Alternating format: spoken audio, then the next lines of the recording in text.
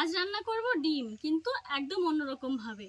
আশা করছি রেসিপিটা তোমাদের ভালো লাগবে। তো চলো রান্নাটা শুরু করি। ডিম নিয়েছি, ডিমগুলোকে ফাটিয়ে নেব।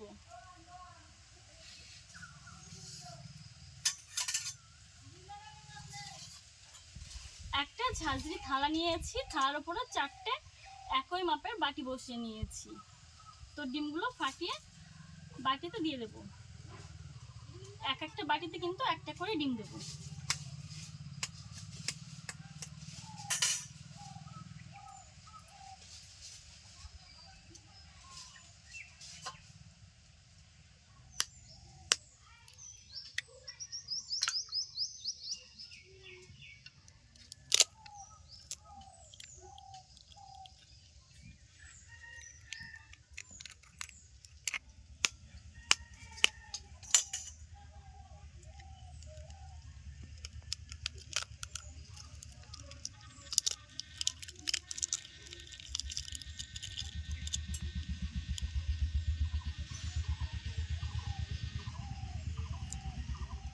এখন দিয়ে দেব পেঁয়াজ কুচি,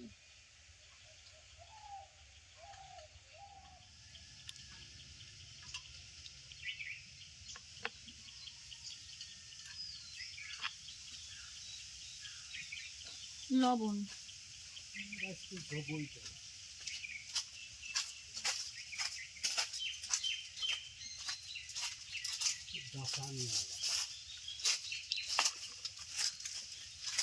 থালাটা কড়াইয়ের উপরে বসিয়ে নেব। কড়াইতে দিয়ে দিয়েছি কিন্তু জল।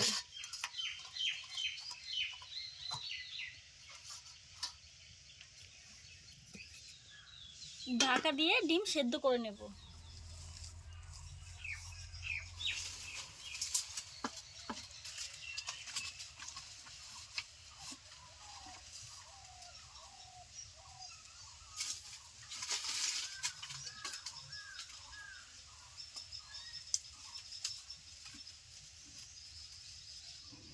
ঢাকা দিয়ে 10 মিনিট জাল করেছি, ঢাকনাটা খুলে নিচ্ছি। দেখো এখনো পুরোপুরি হয়নি, আরো কিছু সময় লাগবে। আবার ঢেকে দিচ্ছি।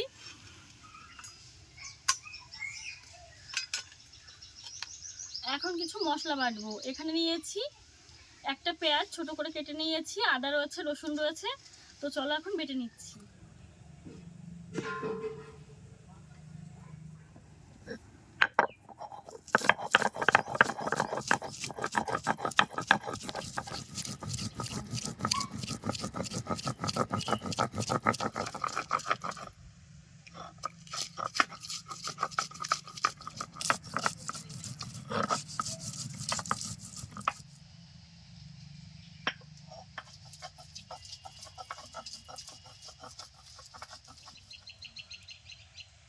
মিহি করে বেটে নিয়েছি।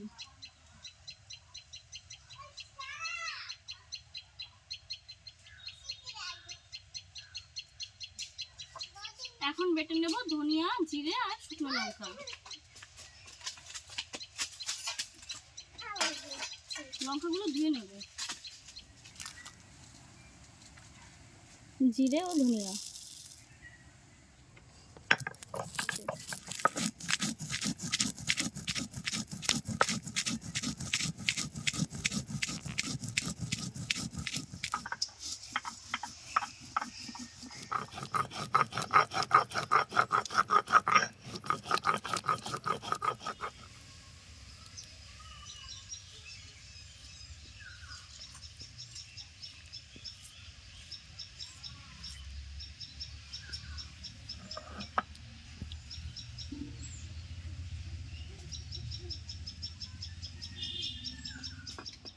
মশলা বাটা কমপ্লিট। আর এদিকে দেখো ডিমটাও ভাপা হয়ে গেছে, বাটি ভাপা। এখন নামিয়ে নেব।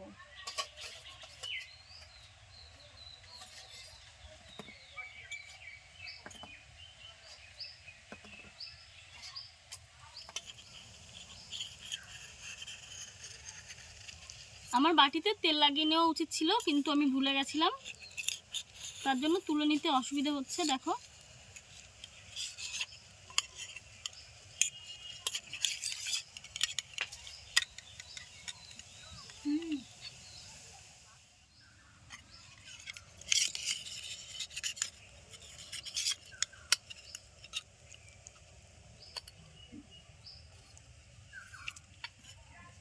দেখো নামিয়ে নিয়েছি। আর এদিকে কড়াই বসিয়ে দিয়েছি, কড়াইতে দিয়ে দিচ্ছি সরিষার তেল।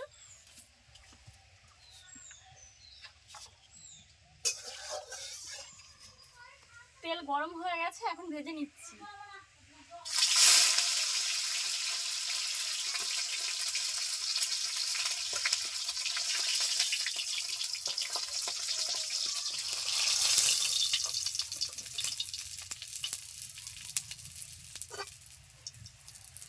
দেখো কত সুন্দর হয়েছে।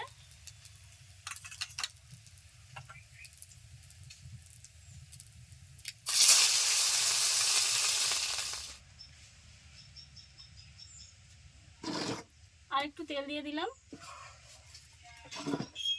ফোড়নে দিলাম একটা শুকনো লঙ্কা, একদম সামান্য পরিমাণে জিরে। এখন দিয়ে দিচ্ছি আদা রসুন ও পেঁয়াজ বাটা।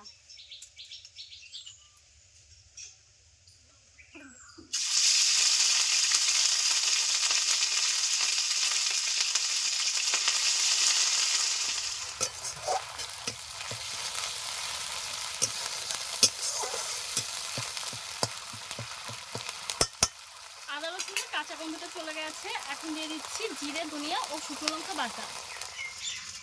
এখন দিয়ে দেবো লবণ,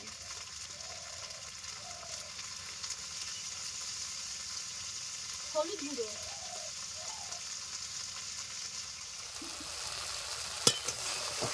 মশলাটা ভালো করে কষে নিয়েছি।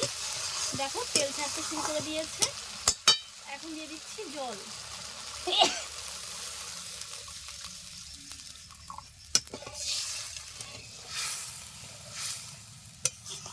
ভালো করে জাল করে ঝোলটা ফুটিয়ে নেব। ঝোল ফুটতে শুরু করে দিয়েছে, ভেজে রাখা ডিমগুলো দিয়ে দেবো।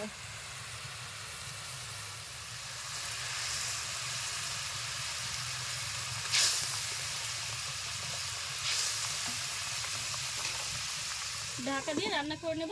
জাল করে নিয়েছি, এখন নামিয়ে নেব।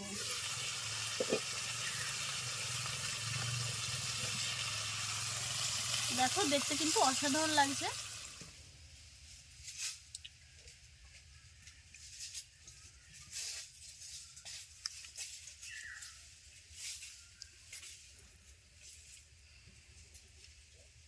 রেসিপি কেমন লাগলো অবশ্যই জানিও। আর যদি ভালো লাগে তাহলে ছোট্ট একটা অনুরোধ, প্লিজ চ্যানেলটিকে সাবস্ক্রাইব করে চ্যানেলের সাথে থেকো। আর এই ধরনের আরও নিত্য নতুন রেসিপি পেতে হলে এই চ্যানেলটিকে সাবস্ক্রাইব করার পর পাশে থাকা বেল বাটনটি ক্লিক করে দিও, তাহলে আমরা ভিডিও আপলোড করার সাথে সাথে আমাদের সব ভিডিওর নোটিফিকেশন তোমাদের ফোনে চলে যাবে। তো চলো আজ এখানেই বিদায় নিচ্ছি, নতুন রেসিপির সঙ্গে আবার আসবো। ধন্যবাদ।